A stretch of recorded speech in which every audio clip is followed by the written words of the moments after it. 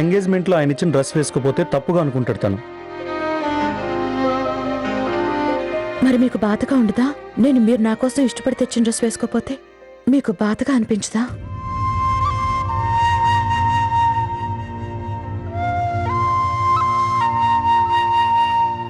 ఇప్పుడు బాగుంది, అలవాటు చేసుకోండి. విక్రాంత్ గారి ఇష్టాలు అయిష్టాలు తెలుసుకోండి. ఇక ముందు తన ఇష్ట ప్రకారమే జీవితం సాగించాలి మీరు. మీకు ఈ డ్రెస్సే బాగుంది. రాజ్ గారు, నేను ఎలా తినగలను?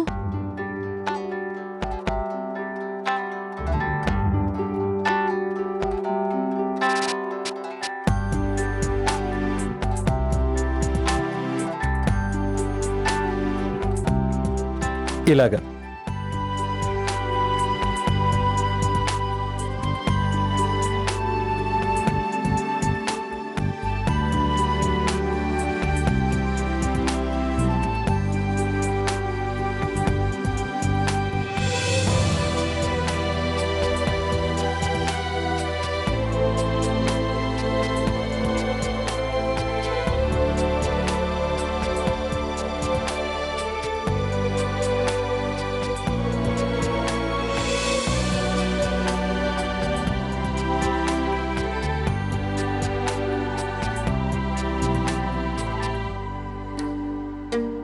ఇదిగో తీసుకోండి madam. Thank you.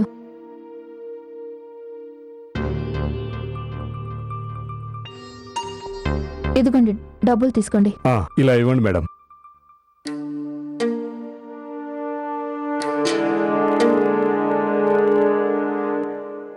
Excuse me. Madam, ఇంకా ఏమైనా కావాలా మీకు? ఆ అబ్బాయి ఉండాలి కదా ఆ రోజు తను. మేడం సారీ, తన గురించి నేను మీకు మళ్ళీ సారీ చెప్తున్నాను. గురువుని నేను ఆ రోజు నుంచే పని మానిపించేశాను. తను మీ ముందే కదా బయటికి వెళ్ళిపోయాడు. కానీ మేడం, ఒక్క విషయం చెప్పనా, ఆ రోజు ఖచ్చితంగా మీరు అతని గురించి తప్పుగా అనుకున్నారు. తను బాధ్యత కలిగిన మంచి అబ్బాయి మేడం. నేను తనని జాబులో పెట్టుకునే ముందే తన కంప్లైంట్ రికార్డు చెక్ చేయించాను. ఎక్కడైతే తను 2 సంవత్సరాల క్రితం పనిచేశాడో ఆ షాప్ అతను కూడా చెప్పాడు ఈ అబ్బాయి చాలా మంచి వ్యక్తి అని.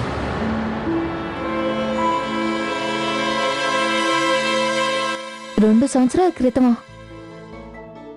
మీరు తన అడ్రస్ ఇవ్వగలరా ప్లీజ్? వదిలేయండి మేడం, తను నిజంగా ఓ పేదబ్బాయి. అస్సలు అర్థం కాలేదు ఆ రోజు ఏం జరిగిందో. ఒక్క సెకండ్, మీరు నన్ను తప్పుగా అర్థం చేసుకుంటున్నారు. ఒకవేళ ఆ రోజు నేనే తప్పుగా అనుకుని ఉంటాను. ఇప్పుడు నా వల్ల తన జాబ్ పోయింది. అందుకే నేను అనుకుంటున్నాను తన ఇంటికి వెళ్ళి క్షమాపణ అడుగుదామని. అందుకే మిమ్మల్ని అడ్రస్ అడుగుతున్నాను. చాలా మంచిది మేడం, నేను మీకు ఇప్పుడే అడ్రస్ ఇస్తాను.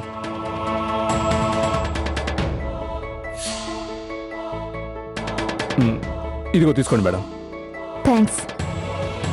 ఈ అడ్రస్కి వెళ్ళి చూస్తాను, తెలిసిపోతుంది కదా అతను నిజంగా గురువేనా లేక రోహనే ఈ నాటకం ఆడుతున్నాడా అన్నది.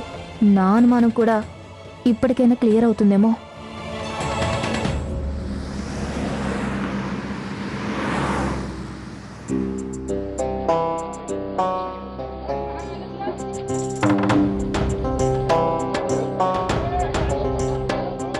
తాత, ఈ గురు ఎక్కడుంటాడు?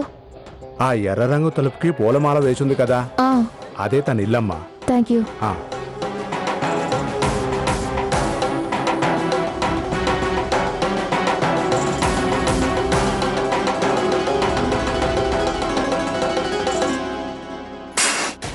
ఇంట్లో ఖాళీగా కూర్చొని భోజనం చేయడం, అన్న సంపాదనతో బలాదూర్ తిరగటం, ఒక ఉద్యోగమైనా వెతుక్కోవచ్చు కదా.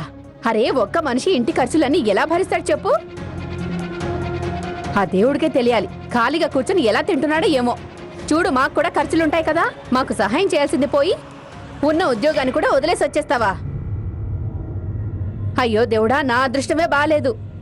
నీలాంటి పనికి మళ్ళీ వాడిని పోషించమని ఆ దేవుడు నాకు రాసి పెట్టాడు. వదినా, నన్ను నమ్మండి. నేను రోజు ట్రై చేస్తూనే ఉన్నాను నాకు ఏదైనా పని దొరుకుతుందేమోనని. కానీ ఏం చేయను, ఒక జాబ్ దొరికింది. అది ఏం చేయమంటావు? వచ్చిన ఉద్యోగాన్ని వెంటనే పోగొట్టుకున్నావు కదా. ఉద్యోగంలో మొదటి రోజు అమ్మాయితో గొడవ మొదలు పెట్టావు. ఇలాంటి వ్యవహారాలు చేస్తే ఎవరిని నువ్వు ఉద్యోగంలో ఉంచుకుంటాడు చెప్పు? నీకు మరీ అంత తొందరగా ఉంటే మాకు చెప్పొచ్చు కదా, మేమే నీకు పెళ్లి చేసి ఉండేవాళ్ళం. అప్పుడు నీకు ఎంతో కొంత కట్నం వచ్చుండేది, అప్పుడైనా ఇంటి కష్టాలు కాస్త తీరేవి. అమ్మాయిని ఏడిపిస్తావా?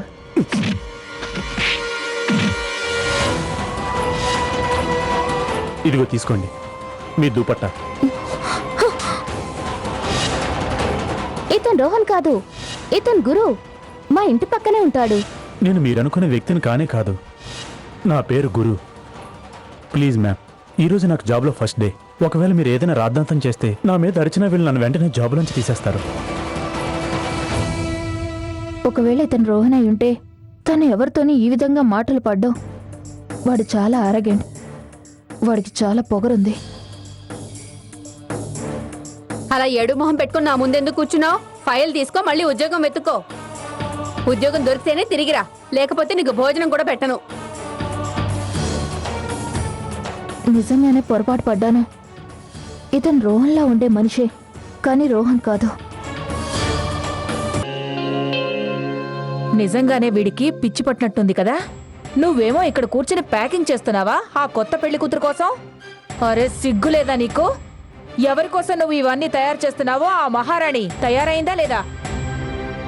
అరే ఎంగేజ్మెంట్కి వెళ్ళాలా లేదా? ఎవ్వరూ నా మాట పట్టించుకోరు. తలనే పోస్తుంది నాకు. వీళ్ళ నాన్నమ్మ ఎక్కడికెళ్ళిందో ఏంటో. చూద్దాం సరిత గారు రెడీ అయ్యారో లేదు.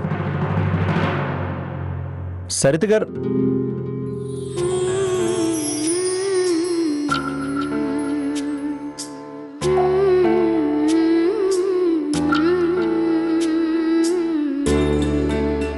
అరే అదేంటి విక్రాంత్ గారు మీకు ఇచ్చిన డ్రెస్ ఎందుకు చేంజ్ చేశారు మీరు?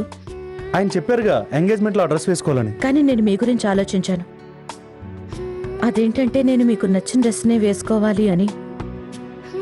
అలా చేస్తేనే మీకు సంతోషంగా ఉంటుంది. మరి విక్రాంత్ గారు బాధపడతారు కదా. రాజ్ గారు, ఇప్పటి వరకు నాకు ఇంకా విక్రాంత్ ఎంగేజ్మెంట్ అవ్వలేదు. మన రిలేషన్ తెగిపోలేదు ఇంకా. మీకు నా మీద పూర్తి హక్కు ఉంది. అందుకే మీ ఇష్టం, మీ సంతోషమే నాకు ముఖ్యం. విక్రాంత్ గారితో పెళ్లి కనుక జరిగిపోయిందంటే ఇక తనిష్ట ప్రకారమే కదా బ్రతకాలి. సరిత గారు,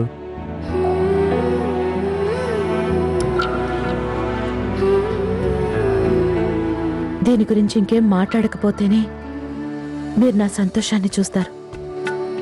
మీరు చాలా మొండి మనిషి కదా. మీ మనసుకి ఏది నచ్చితే అదే చేస్తారు మీరు. అంతే. నేను ఈ చీర కట్టుకునే వస్తాను మరి. సరే, కానీ కేవలం ఈ చీర మాత్రమే కాదు, ఈ రోజు నేను మిమ్మల్ని నా చేతులతో అలంకరిస్తాను. మీరా? అవును, నేనే. ఎంత అందంగా అలంకరిస్తానంటే విక్రాంత్ గారు మిమ్మల్ని చూసి కళ్ళు తిప్పుకోలేరు అసలు. తనకి నచ్చిన డ్రెస్ మీరు వేసుకోలేదన్న విషయాన్నే తను మర్చిపోతాడు అసలు. మీరే చూస్తారుగా. మీరు నన్ను రెడీ చేస్తారా? మేకప్ చేస్తాను మీకు. అయినా మీకు ఒక విషయం తెలియదు అనుకుంటా, దివ్యకి మేకప్ చేసుకోవడం నేనే నేర్పించాను. నేను నేర్పించిన మేకప్తోనే తను తన మొదటి పోర్ట్ఫోలియో చేయించుకుంది. మీరే చూశారుగా ఇప్పుడు తను ఎంత పెద్ద స్టార్ అయిపోయిందో. కానీ తను వెళ్ళిపోయిన తర్వాత మనసులో బాధగా ఉంది. నాకు తెలిసి నా మనసు ఎక్కడో జారిపోయింది.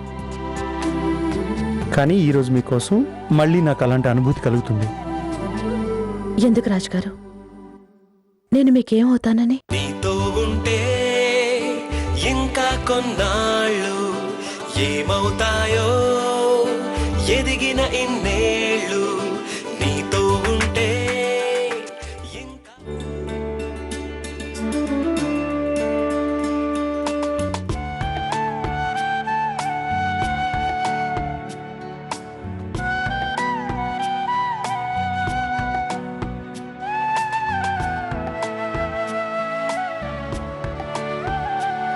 నేను చెప్పిన తర్వాతే కళ్ళు తెరవండి.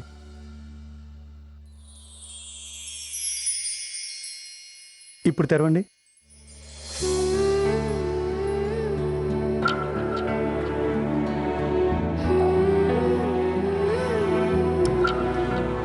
అరే అరే, కన్నీళ్ళు రానివ్వకండి, ఐలైనర్ పోతుంది మరి. సరేనా? చూడండి చూడండి, సరిత గారు రెడీ అయిపోయారు. మీరు ఇంతకుముందు ఎప్పుడైనా సరిత గారిని ఇంత అందంగా చూసారా? లేదు, ఇది మా రాజ్ గారి చమత్కారం.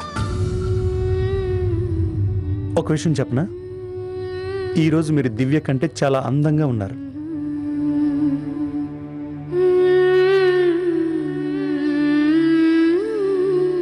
ఈ పొగడ్తను నేను జీవితాంతం గుర్తుంచుకుంటాను. మీకు తెలుసా నా జీవితంలో మీ ప్లేస్ ఏమిటో? రాజ్, బాబు రాజ్, సరిత, ఎంతసేపు పడుతుంది నీకు తయారవడానికి? ఓరి నాయనో, నా కోడలు ఇంత అందగత్తా, నాకు తెలియనే లేదు. గులాబీలా వెలిగిపోతున్నావు. సరే రండి, పదండి, ఆలస్యం అవుతుంది, త్వరగా వెళ్ళాలి కదా. మీరిద్దరూ తొందరగా తయారై రండి.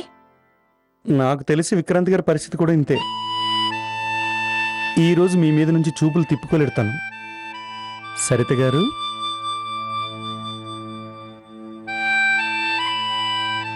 వెళ్దామా? అలా ఏడు మొహం పెట్టుకుని నా ముందెందుకు కూర్చున్నావు? ఫైల్ తీసుకో, మళ్ళీ ఉద్యోగం వెతుక్కో. ఉద్యోగం దొరికితేనే తిరిగిరా, లేకపోతే నీకు భోజనం కూడా పెట్టను.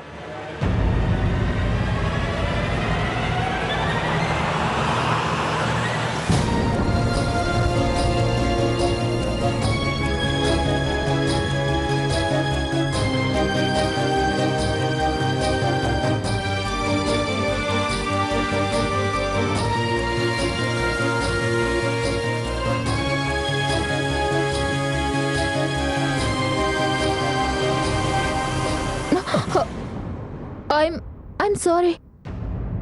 అది మీరు ఎప్పుడు కలిసినా ఏదో ఒక తప్పు జరుగుతూనే ఉంది. అది కాదు. జాబులో నుంచి అయితే తీయించగలిగారు, ఇంకా ఇప్పుడు ఈ ఇంట్లో నుంచి కూడా పంపించేయాలనుకుంటున్నారా? I'm really sorry. అది నేను నిజంగానే మీ గురించి చాలా పొరపాటు పడ్డాను. అది మీరు రోహన్ కాదు, కానీ నేను చెప్పేది నమ్మండి, అతను నిజంగా సేమ్ టు సేమ్ మీలాగే ఉంటాడు. చూడండి, ఒకవేళ మీరు ఆ షాప్లోనే మళ్ళీ జాబ్ చేయాలి అని అనుకుంటే మీరు అక్కడికి వెళ్ళి జాబ్ చేయొచ్చు. నేను ఆ షాప్ ఓనర్తో మాట్లాడాను. I'm really sorry.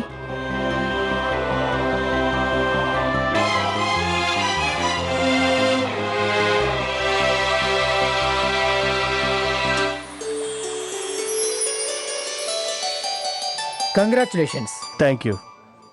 Daddy,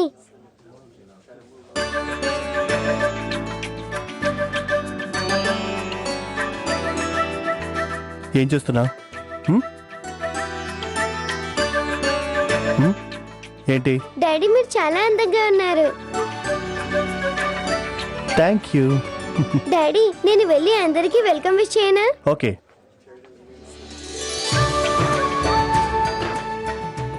welcome. Hi Chinnaraja, ఎలా ఉన్నారు? బాగున్నాను.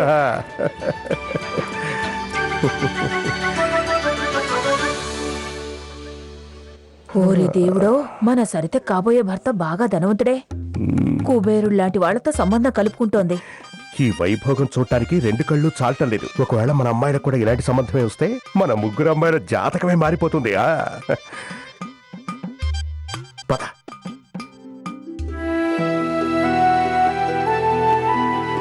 మమ్మీ,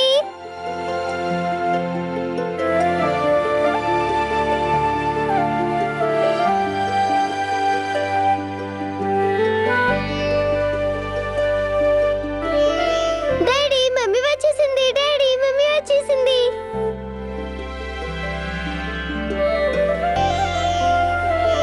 చూసారా, విక్రాంత్ గారు మీ మీద నుంచి చూపులు తిప్పుకోలేకపోతున్నారు.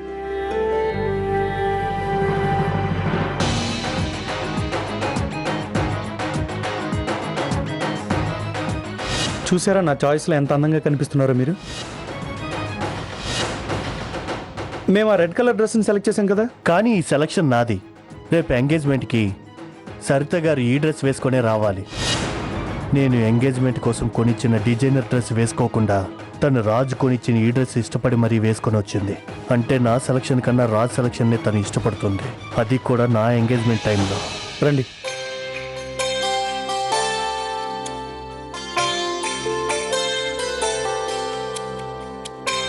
హలో, మీరు చాలా అందంగా ఉన్నారు. మీరు నిజమే చెప్తున్నారా లేక నిజమే చెప్తున్నాను. ఇదంతా రాజ్గారి వల్లనే కుదిరింది. నేను తయారవటానికి తనే నాకు హెల్ప్ చేశారు. మీరు చాలా టాలెంటెడ్ అనుకుంటా. మీలో ఇలాంటి స్కిల్స్ కూడా ఉన్నాయా? లేదు, మీ అంత స్కిల్స్ లేవు నా దగ్గర. అది నిజమేలే.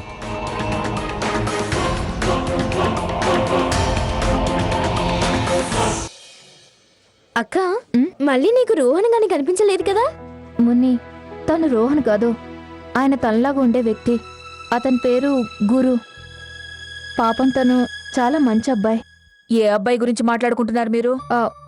అదే అమ్మా, అదేం లేదు, మామూలుగానే అది. ఆ అబ్బాయిని చూడు, అతనే ఆ పక్క నిలబడున్నాడు కదా. చెప్పు, ఎలా అనిపిస్తున్నాడు నీకు? ఎందుకమ్మా, ఏం స్పెషాలిటీ ఉంది అబ్బాయిలో? తను చాలా గొప్ప కుటుంబంలోని వ్యక్తి. ఇంకా నేను వేరే వాళ్ళని కూడా అడిగాను తన గురించి కనుక్కుందామని. ఇంకా మాట్లాడుకుంటామే తరువాయి. నాకు చాలా బాగా నచ్చాడు. అమ్మా, మనం ఇక్కడికి వదిన ఎంగేజ్మెంట్ గురించి వచ్చాం, నా పెళ్లి చూపుల కోసం కాదు. ఏం చేస్తున్నావు నువ్వు? నేనేమీ ఆ మహారాణి ఎంగేజ్మెంట్ కోసం రాలేదు. అసలు నేను ఎందుకు వచ్చానంటే ఇక్కడికి చాలా పెద్ద పెద్ద కుటుంబాలకు చెందిన ధనవంతులైన అబ్బాయిలు వస్తారని, ఇంకా వాళ్ళలో ఎవరైనా నిన్ను ఇష్టపడతారేమోనని. పెద్ద వచ్చింది వదిన కోసం గొప్ప మరదలు. పదండి ముని బబ్లీ, నాతో పాటు రండి, అటు వెళ్దాం రండి.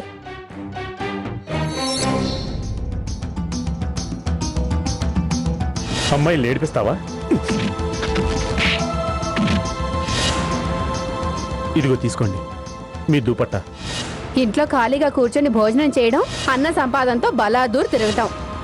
నీలాంటి పనికి మళ్ళీ వాడిని పోషించమని ఆ దేవుడు నాకు రాసి పెట్టాడు.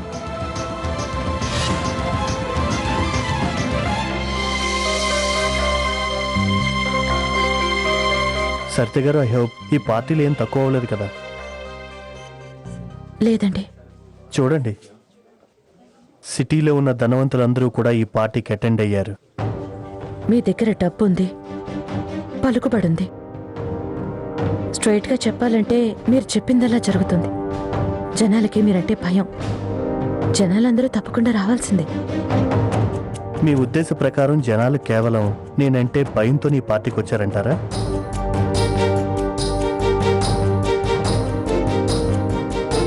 కానీ ఇక్కడ ఇంకో వ్యక్తి ఉన్నారు, తనకు నేనంటే భయం లేదు. ఇంకా నేను చెప్పిన మాట అసలు వినరు, చేయరు కూడా. ఎవరు? మీరే. ఎంగేజ్మెంట్ కోసం ఏ డ్రెస్ వేసుకోవాలో అది నేను డిసైడ్ చేసి చెప్పాను. కానీ మీరు మాత్రం రాజుకి ఇష్టమైన డ్రెస్సే వేసుకున్నారు. అది నేను. నా మాట కాదన్నా, నా మాట వినకపోయినా నేను భరించలేను. ఈ వ్యతిరేకతకు కారణం ఏంటో నేను తెలుసుకోవచ్చా? అది నైస్ పార్టీ యార్. Thank you. అదేంటి నీ చేతులు ఖాళీగా ఉన్నాయి? ఒక్క నిమిషం వెయిటర్ ప్లీజ్. Thank you. వద్దు. Anyway, Cheers.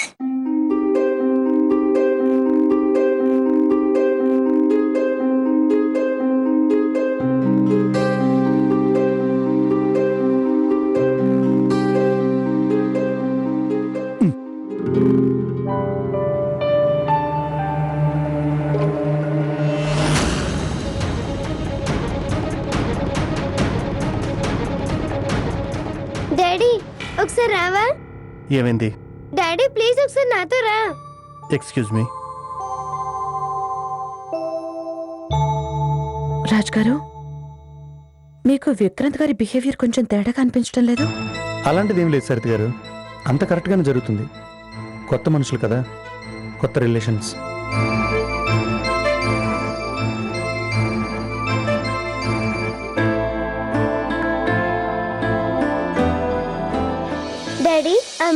రాలేదు మా అమ్మని కలవడానికి? వస్తుంది. ఫోన్ చేశాను, కార్ కూడా పంపించాను. Don't worry my little prince.